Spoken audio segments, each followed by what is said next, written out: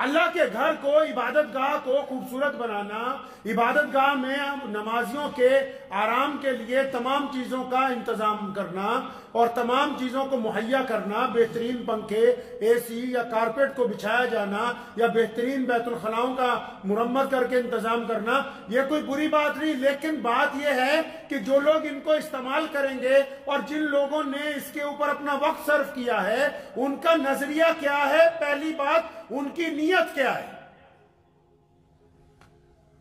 قرآن پاک میں مسجدوں کو بنانے کا ذکر آیا اور صحیح بخاری میں نبی علیہ السلام نے ارشاد فرمایا کہ جس نے اللہ کی رضا کے لیے مسجد بنائی تو اس نے جنت میں اپنا گھر بنا لیا۔ لیکن یہ جتنے اب مسجدوں والے ہیں زیادہ تر اللہ ماشاءاللہ، وہ حدیث کا پہلا ٹکڑا تو توجہ ہی نہیں دی جا رہی کہ جس نے اللہ کی رضا کے لیے یہ شرط رکھی ہے۔ شرط یہ نہیں ہے کہ خان صاحب کی تعریف ہو، میاں صاحب کی تعریف ہو، انصاری صاحب کی تعریف ہو، ملک صاحب کی تعریف ہو۔ شرط یہ نہیں ہے کہ صدر محترم کے گنگان کرتے رہیں متولی صاحب کے کہ فلاں کام بہت اچھا کیا۔ شرط یہ ہے کہ کام کرنے والا اگر مسجد میں قالین بچھا رہا ہے، مسجد کی عمارت کو بنا رہا ہے، مسجد کے در و دیوار کو خوبصورت کرنا چاہتا ہے، اس کی اپنی نیت کیا ہے۔ اگر اس کی نیت یہ ہے کہ یہ لوگ خوش ہو جائیں اور میری تعریف کریں تو اس کا بدلہ یہیں پر مل گیا، اس کو کوئی جنت میں گھر نہیں بننے والا، یہی مل گیا بدلہ، کیونکہ جب وہ پہلی شرط ہی نہیں مان رہا، مسجد کو بنانے کی پہلی شرط ہی نہیں مان رہا، اللہ کی رضا کے لیے کام ہی نہیں کر رہا، پہلے اپنی انا پھنسی ہوئی ہے، اپنی میں پرستی پھنسی ہوئی ہے، اور انا تو اس حد تک پھنس گئی ہے ہماری کہ جو لوگ مسجدوں کے منتظمین ہیں وہ ماشاءاللہ چند کو چھوڑ کے مسجدوں کے منتظمین اب مسجد کے مالک بن گئے، نمازیوں کی بے عزتیاں کرتے ہیں، آنے والوں کے ساتھ بدخلقی کے ساتھ پیش آتے ہیں۔ حیرت کی بات یہ ہے کہ بندہ اپنے مالک سے ملنے جاتا ہے تو مالک کے گھر کے نوکر مالک کے مہمانوں سے بدتمیزی کر رہے ہیں۔ نمازی اپنے مالک کے گھر جا رہا ہے نا، اپنے رب کے گھر جا رہا ہے، تو مالک کے نوکر بادشاہ بن گئے اور مالک کے نوکروں سے بدتمیزی کر رہے ہیں، اور پتہ ہی نہیں کہ کرنا کیا ہے، مسجد کا مطلب کیا ہے۔ مسجد تو ایک ماں کی طرح درجہ رکھتی ہے لوگوں کے لیے، مسجد تو بڑی ہی شفقت کا گھر ہے، مسجد تو دوسروں کے صبر اور ہمت کی علامت ہے، مسجد تو لوگوں کو راحت پہنچانے کا ذریعہ ہے، مسجد سے تو پیار اور اتفاق بانٹا جاتا ہے، مسجد سے تو لوگوں کے سروں پر اوڑھنی رکھی جاتی ہے، مسجد سے تو بھوکوں کو کھانا کھلایا جاتا ہے، مسجد سے تو یتیم اور مسکینوں کی خبرگیری کی جاتی ہے، مسجد میں ان پڑھوں کو پڑھایا جاتا ہے، مسجد میں کندھے سے کندھا جوڑ کے اللہ کے حضور کھڑے ہوا جاتا ہے، مسجد سے تو کفر کے سامنے ایک طاقت کا اعلان ہوتا ہے۔ لیکن اب ہماری مسجد ان مسجدوں سے میل ہی نہیں کھاتی جو محمد رسول اللہ صلی اللہ علیہ وسلم کی مسجد ہے، ہمارے پاس وہ مسجد ہی نہیں ہے۔ چلیں پیارے نبی علیہ السلام کی مسجد میں، آج بھی اور تب بھی جب نبی علیہ السلام نے مسجد نبوی کی تعمیر کی، کیا ہوا؟ یہ کوئی بڑی بات نہیں ہے کہ مساجد کی تعمیر کے دوران، مساجد کی انتظامیہ کے دوران ایک دو بندوں میں نوک جھوک ہو جائے، لیکن بڑی بات یہ ہے کہ ان کے درمیان بھی پیار ہونا چاہیے، محبت ہونی چاہیے۔ سیدنا بلال رضی اللہ تعالیٰ عنہ فرماتے ہیں مسجد نبوی کی تعمیر جب ہم نے شروع کی، اللہ کے نبی علیہ السلام نے اعلان کر دیا، جگہ خرید لی گئی، فرماتے ہم سب کام پہ لگ گئے تو میں 3-4 پتھر اکٹھے اٹھا کے لا رہا تھا، اور میرے دل میں آیا کہ اللہ نے مجھے بڑی توفیق دی، ہمت دی کہ میں 4 پتھر ایک ساتھ اٹھا رہا ہوں۔ تو اتنی دیر میں کہتے ہیں کہ میری نگاہ پیارے پیغمبر جناب محمد رسول اللہ صلی اللہ علیہ وسلم پر پڑی تو آپ صلی اللہ علیہ وسلم 5 پتھر اٹھا کے لا رہے تھے۔ ہے ایسے کوئی مسجد کے منتظمین جو آج کی تاریخ میں خود چٹائی بچھاتے ہو؟ ہے کوئی ایسے صدر صاحب جو مسجد کی ٹوائلٹ کو خود صاف کرتے ہو؟ ملا کوئی ایسا ٹرسٹی جو ہاتھ میں پوچھا لے کے لگا ہوا ہو؟ پیارے پیغمبر خود پتھر اٹھا رہے ہیں، اور مسجد کی تعمیر کے دوران اگر کوئی بات ہو جاتی، جس طرح عام ہم لوگ کرتے ہیں، ایک موقع پر کوئی بات ہوئی تو نبی علیہ السلام نے فرمایا حضرت علی رضی اللہ تعالیٰ عنہ سے، علی یہ ہم نے عمار بن یاسر کو خوش کرنا ہے یار۔ مسجد نبی بنائی گئی، اصحاب صفہ کا چبوترا درمیان میں بنا دیا۔ لوگوں نے پوچھا یا رسول اللہ یہاں کیا ہوگا؟ فرمایا جو مسکین ہے، جو یتیم ہے، جن کا کوئی سہارا نہیں ہے، جن کو کوئی پوچھتا نہیں ہے، جن کو کوئی کھانا کھلانے والا نہیں ہے، جن کو کوئی کپڑے دینے والا نہیں ہے، جن کے سر پر چھت نہیں ہے، جن کو کوئی تعلیم نہیں دے سکتا، جن کو کوئی پڑھنا نہیں دیتا، وہ لوگ یہاں رہیں گے، ہم ان کو پڑھائیں گے، ان کو کھلائیں گے، ان کو اچھے کپڑے دیں گے، ان کے سر پر چھت ہوگی۔ یہ مسجد نبی صلی اللہ علیہ وسلم میں ہے۔ یہ تو بولے کہ اگر سفیر بھی آ جائے نا تو ٹرسٹی کہتا ہے مسجد میں نہیں آرام کر سکتا، مسجد میں نہیں کر سکتا آرام، یہ تو صرف نماز پڑھنے کے لیے بنائی ہے۔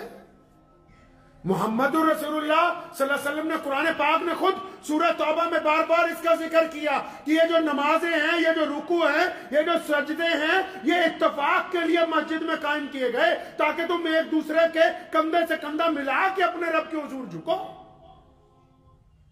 مسجد تو محبت کی علامت ہے جو محلے میں رہنے والے لوگوں کو آپس میں جوڑتی ہے۔ جب وہ کندھے سے کندھا ملا کے کھڑے ہوتے ہیں تو ان کے دلوں میں سے نفرت ختم ہوتی ہے، برادری واد ختم ہوتا ہے، چھوا چھوت ختم ہوتی ہے، انصاف درمیان میں آتا ہے، خلوص درمیان میں آتا ہے۔ اگر یہ کندھے سے کندھا ملانے کے باوجود بھی آپس میں دلوں میں نفرت ہے تو جماعت ابھی اپنے معراج تک نہیں پہنچی۔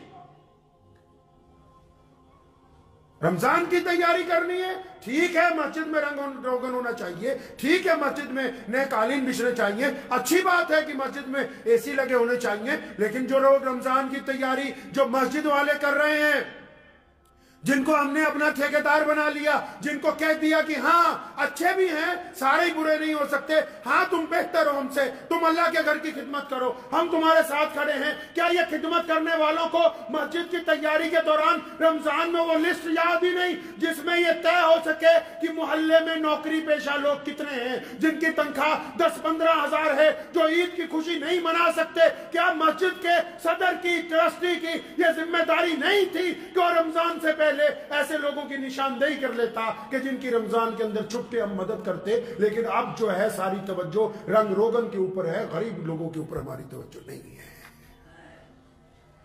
اس کی ذمہ داری نہیں بنتی؟ کیا مسجدوں کا جوریڈکشن نہیں ہوتا؟ کیا مسجدوں کی حدود نہیں طے کی اللہ تبارک و تعالیٰ نے کہ تمہارے دائیں طرف کون ہے، بائیں طرف کون ہے، آگے کون ہے، پیچھے کون ہے، کون کھا رہا ہے، کون بھوکا ہے، کون مسلمان ہو یا غیر مسلم ہو؟ یہ طے نہیں کیا مسجد کے ذمہ داروں کو کہ آؤ نکل کے دیکھو تو صحیح کہ تمہارے آس پڑوس میں کتنے لوگ بھوکے ہیں جن کو رمضان میں تمہاری ضرورت ہوگی؟ تم ان بھوکوں کی تو بات ہی نہیں کرتے رمضان سے پہلے اپنے پاس بیٹھ کے۔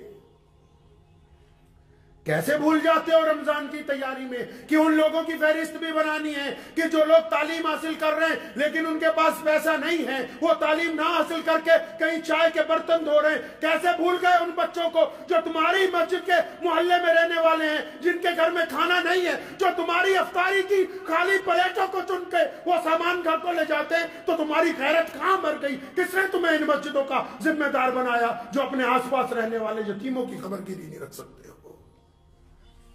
کیا کہا محمد رسول اللہ نے؟ سیدنا بلال سے بار بار پوچھتے ابھی کھانا کھانا ہے؟ رسول اللہ بار بار بلال سے پوچھتے کہ سامنے والوں نے کھایا؟ اصحاب صفہ نے کھانا کھایا؟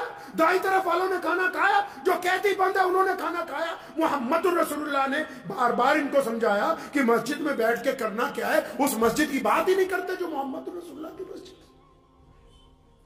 63 سالہ زندگی ہے رسول اللہ کی، 63 سال کی زندگی کو اگر ناپنے جاؤ گے نا تو رسول اللہ کی 3/3 زندگی ساری کی ساری یا تو جب مکے میں تھے بیت اللہ میں گزری، مدینے میں تھے تو مسجد نبوی میں گزری۔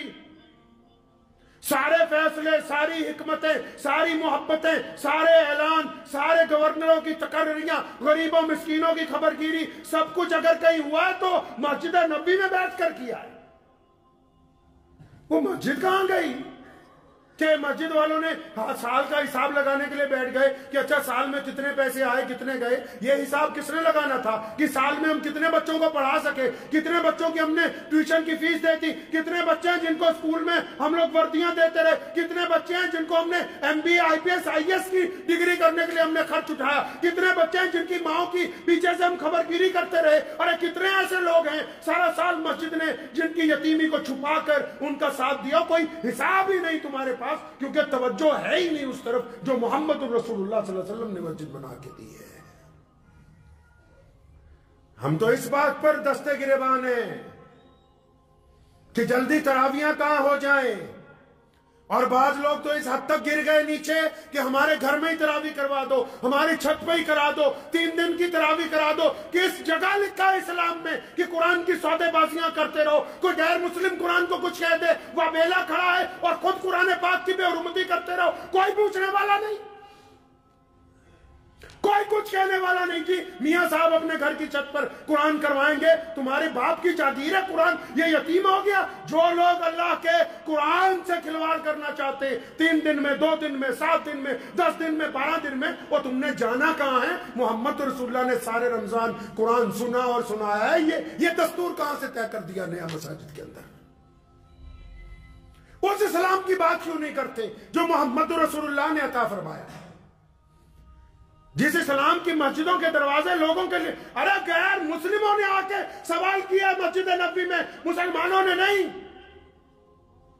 پڑھو امام بخاری کو, غیر مسلموں نے سوال کیا یا رسول اللہ کھانا چاہیے, پیارے پیغمبر کے پیٹ پر پتھر بندھے, کیوں؟ قحط پڑا ہوا کھانا نہیں ہے. اس کو بھی پتا ہے مانگنے والے کو مدینے میں کھانا نہیں ہے, لیکن اس کا ایمان ہے کہ رسول اللہ کے در پر کوئی چلا جائے گا تو خالی واپس نہیں آئے گا.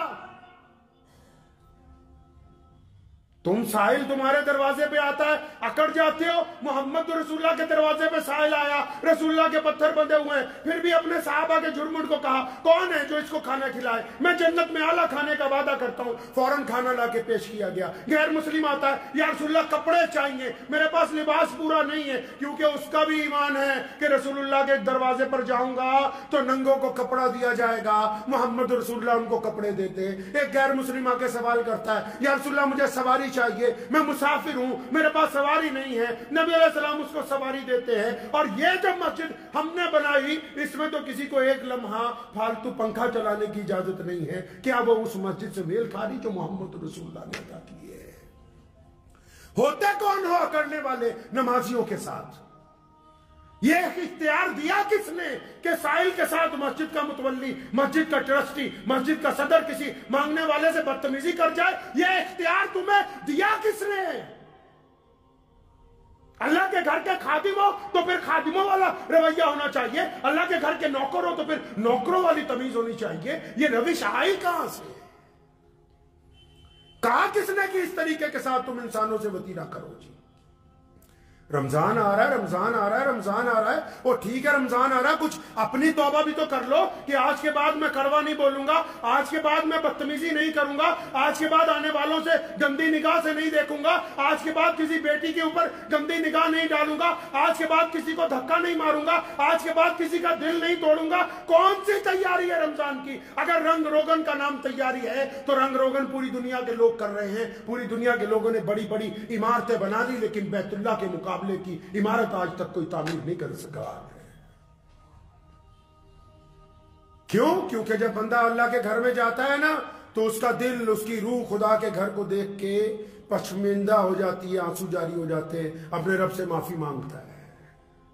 مسجد تو بنی اسی لیے تھی کہ پریشان حال لوگ آئیں گے, دکھ درد والے آئیں گے, ایک ساتھ نماز پڑھیں گے, کسی کی کوئی پریشانی ہوگی, تکلیف ہوگی, ایک دوسرے کو اپنی تکلیف بتائیں گے, کچھ نہ کچھ ایک دوسرے کے کندھے سے کندھا ملائیں گے. کچھ روایتیں ہی باقی نہیں رہی. نبی علیہ السلام رمضان میں فیاض ہیں, رمضان المبارک میں بے انتہا نشاور کر رہے ہیں دولت. اور نبی علیہ السلام کے جو امت کے لوگ ہیں جن کو رسول اللہ نے اپنا وارث بنایا, جن کے ذمہ اسلام پکڑایا, جن کو دین پہنچایا گیا, ان کو پتہ ہی نہیں کہ رسول اللہ صلی اللہ علیہ وسلم کی مسجد کیسی ہونی چاہیے. لکھ لیجئے دل کی تختی پر, مسجدوں کے ذمہ داروں کے لیے ضروری ہے، پہلا فرض ہے ان کا عاجزی اور انکساری۔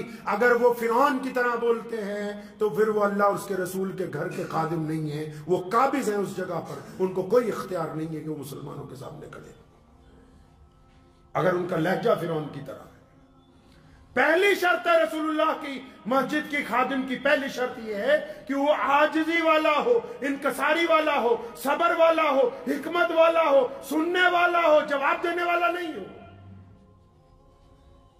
اور پھر اس کی ذمہ داری بنتی ہے کہ وہ اپنی مسجد کے چاروں طرف دھیان رکھے کہ کتنی بیوائیں رہتی ہیں، چاہے وہ مسلمان ہیں یا نہیں ہیں۔ اگر کوئی غریب ہے تو اس کا حق ہم کو ادا کرنا ہے، ہمیں محمد رسول اللہ علیہ السلام کی دولت ادا کی ہے۔ اگر ہمارا پڑوسی ہم سے پریشان ہے، اگر پڑوسی بھوکا ہے اور ہم بہترین کھانا کھا رہے ہیں تو ہم ایمان کے اس درجے تک نہیں پہنچے جو اللہ کو پسند ہے۔ اب مسجدیں رمضان شریف آ رہا ہے، مسجدوں میں آپ دیکھیں گے کہ اکثر لوگ چندہ کرنے کے لیے آئیں گے تو میرے دادا محترم حضرت مولانا مفتی محمد احمد لدھیانوی رحمۃ اللہ علیہ ہمیں سمجھایا کرتے تھے، میرے والد بھی شرع اسلام مولانا حبیب الرحمن لدھیانوی رحمۃ اللہ علیہ، اکثر ایک لوگ بار بار آتے تھے، الحمدللہ اب بھی یہ سلسلہ ہے، بار بار آتے۔ تو ہم نے بچپن میں ایک دفعہ انہیں کہا کہ ابو جی یہ لوگ بار بار آتے تو بہت سی مختصر سی بات سمجھائی، کام کی بات ہے، آپ بھی پلے باندھ لیجئے۔ کہا کرتے تھے کہ بیٹا یہ خدا کا شکر نہیں ہے کہ اللہ تبارک و تعالیٰ نے تمہیں دینے والوں میں رکھا ہے، لینے والوں میں نہیں رکھا۔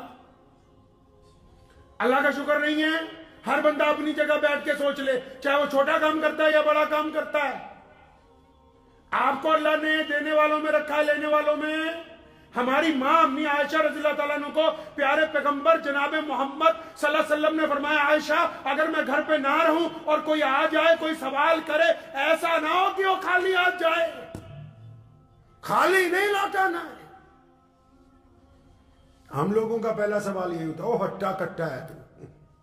اچھا ایمانداری سے ذرا اپنے اندر گریبان میں جھانک لیں، ہم لوگ ایمانداری سے اگر ہم اپنے گریبان میں جھانک لیں، جو ہماری ذاتی کارنامے ہیں یا جو زندگی ہماری گزر چکی ہے، جو ہم نے گناہ کیے ہیں، جو ہماری نیتیں خراب اگر رہی ہیں، تو کیا ہم اس قابل تھے جہاں آج ہیں؟ اگر آپ کو یہ لگتا ہے کہ مانگنے والا ہٹا کٹا ہے تو جو کچھ اللہ نے آپ کو دے رکھا کہ آپ اس قابل ہیں؟ اگر آپ اچھی طرح دیکھیں گے تو آپ کو پتہ لگے گا کہ ہمیں ہماری اوقات سے بہت زیادہ فالتو ملا ہوا ہے پہلے سے۔ تو پہلی بات تو یہ کہ اگر کوئی رمضان میں مانگنے والا آ جائے تو اس کو انکار نہیں کرنا، غیر رمضان میں بھی آ جائے تو انکار نہیں کرنا، یہ رسول اللہ کی سنت ہے۔ دوسرا، پھر مسجدوں میں اب کون لوگ آئیں گے؟ اب مسجدوں میں رمضان کے دوران مدرسے والے آئیں گے، مسجدوں والے آئیں گے۔ اب ایک اور بات ذہن نشین کر لیجئے کہ اپنے لیے مانگنا پھر بھی کمال کی بات ہے، مدرسے کے لیے، مسجد کے لیے مانگنا اور بے عزتی برداشت کرنا اس سے زیادہ خطرناک بات ہے۔ یہ ہر بندے کے بس کی بات ہے نہیں کہ وہ رب کے گھر کے لیے بھی سوال کرے اور ان مدارس کے لیے بھی سوال کرے، اور پھر سامنے والا کوئی بھی ذمہ دار ہو وہ اس کے ساتھ بدتمیزی کرے، تو یہ نہایت شرم کی بات ہے۔ کیونکہ جو سامنے آ رہا ہے کسی درسگاہ کے لیے، کسی مدرسے کے لیے، کسی مسجد کے لیے، وہ تو بڑی ہمت کے ساتھ، استقامت کے ساتھ، بڑی نیک نیتی کے ساتھ آپ تک پہنچ رہا ہے۔ آپ کی ذمہ داری بنتی ہے کہ جو سفیر آئیں تو ان کے ساتھ بدخلقی کے ساتھ بالکل بھی پیش نہ آئے، ان کا احترام کریں، ان کی بھی عزت کریں۔ ہو سکے تو جس مدرسے سے وہ آئیں، جس مسجد سے آئیں، ان کو بھی دیں، اور علیحدہ سے کچھ ان کو ویسے ہدیہ دیں کہ بھائی تم دین کی خدمت کر رہے ہو، یہ تمہارے لیے بڑی بات ہے۔ اب اس کے بیچ بیچ میں ایک مسئلہ اور یہ بھی ہے کہ بہت سارے لوگ جو ہیں وہ دین کے نام پر ڈاکہ ڈال رہے ہیں مسلمانوں کی جیبوں پر، ان کا کیا کریں؟ یہ تو درست ہے جو لوگ مسجد مدارس کے لیے آ رہے ہیں وہ بڑی نیک نیتی کے ساتھ آ رہے ہیں، لیکن ان کے ہی بہروپ میں چھپے ہوئے چند ڈاکو ایسے ہیں جو کسی مسجد کی طرف سے نہیں، پنجاب کے نام پہ تو آج کل ہول سیل میں، جو کسی مدرسے کی طرف سے نہیں ہیں۔ تو مجھے ایک صاحب نے 2-3 سفیر جو ہے وہ ڈپلیکیٹ پکڑے، انہوں نے تو تصویر بھیجی، بڑی لمبی شمبی داڑھی، پورے شیخ بنے ہوئے، تو مجھے انہوں نے کہا دیکھو جی یہ ملا جی ہیں۔ میں کہا یہ ملا جی نہیں ہے بھائی، کوئی مولوی ملا غلط کام نہیں کرتا، کچھ ڈاکوؤں نے داڑھی رکھ لی ہوتی ہے، وہ ڈاکو غلط کام کرتے ہیں۔ اگر کوئی ایسا بندہ جو رب رسول کے نام پر جھوٹ بول کے آپ کو دھوکہ دے رہا ہو، پھر اس کے خلاف قانون کی کارروائی ہونا دستوری عمل ہے. اگر اس کو اصلیت سامنے آنے کے بعد بھی آپ چھوڑ دیں گے تو آپ بھی اللہ اور اس کے رسول کے دشمن ہوں گے. کم از کم یہ تو ہو کہ جن جگہ جن ایمانداری کے ساتھ جن اداروں کو ہم رقم پہنچانا چاہتے ہیں وہاں تک مکمل پہنچنی چاہیے. تو اس بات کو ذہن نشین کر لیجئے کہ چند غلط لوگوں کے چکر میں ساروں کی بے عزتی مت کرنے لگیے گا جب تک تصدیق نہ ہو. اور آج کل تو بہت آسان ہے، جو بھی کوئی آئے اس کو اپنے علاقے کے کسی بڑے مولوی کا لکھا نہیں ہے تو سیدھی ویڈیو کال کر کے بھائی اپنا مدرسہ مسجد دکھا دو، اللہ اللہ خیر صلی اللہ 2 منٹ کا کام ہے، مکمل ہو جائے گا. کیونکہ اچھے لوگوں کی وجہ سے نظام چل رہا ہے. ابھی ہمارے یہاں گزشتہ جمعے کو انڈونیشیا سے ایک حاجی صاحب آئے سائیکل پہ. آپ لوگوں نے کچھ نے ان سے ملاقات بھی کی ہوگی، وہ چلے بھی گئے آگے دوسرے ملک پہنچ گئے پرسوں الحمدللہ.